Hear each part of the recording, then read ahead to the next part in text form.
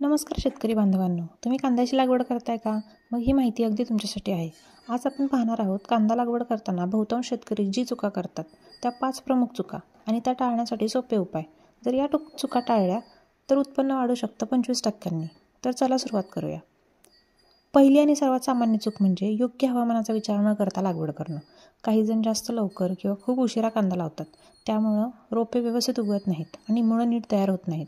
याचा उपाय म्हणजे कांद्याची रब्बी हंगामासाठी लागवड नोव्हेंबर ते डिसेंबर या काळात करा. थोडं थंड हवामान कांद्याच्या वाढीस फायदेशीर ठरतं. दुसरी चूक म्हणजे जमिनीची निवड. अगदी चिकन माती किंवा जास्त पाणथळ जमीन कांद्याला चालत नाही. कांदा लागवडीसाठी मध्यम ते हलकी काळी चांगल्या निचऱ्याची जमीन निवडा. मशागतीपूर्वी शेणखत घाला आणि जमिनीत 1 ते 2 वेळा वखरण करा.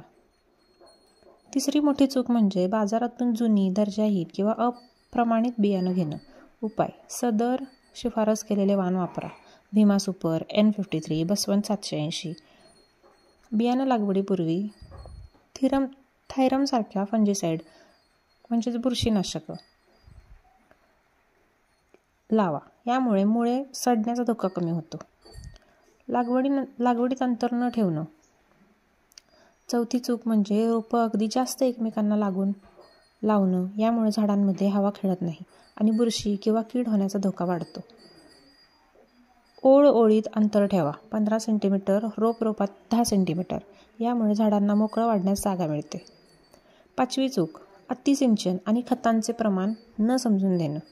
खूप पाणी दिलं तर कांदे सडतात, तर काही वेळेस वेळेवर खत न दिल्यामुळे उत्पादन घटतं.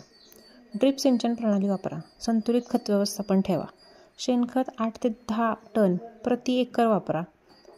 नत्र 50% लागवडीच्या वेळी आणि 50% 30 दिवसांनी. स्फुरद आणि पालाश वेळेवर द्या.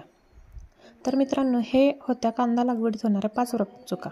या चुका टाळल्यास तुमचं उत्पन्न निश्चित वाढेल. हा व्हिडिओ आवडला असेल तर नक्की शेअर करा आपल्या इतर शेतकरी बांधवांशी.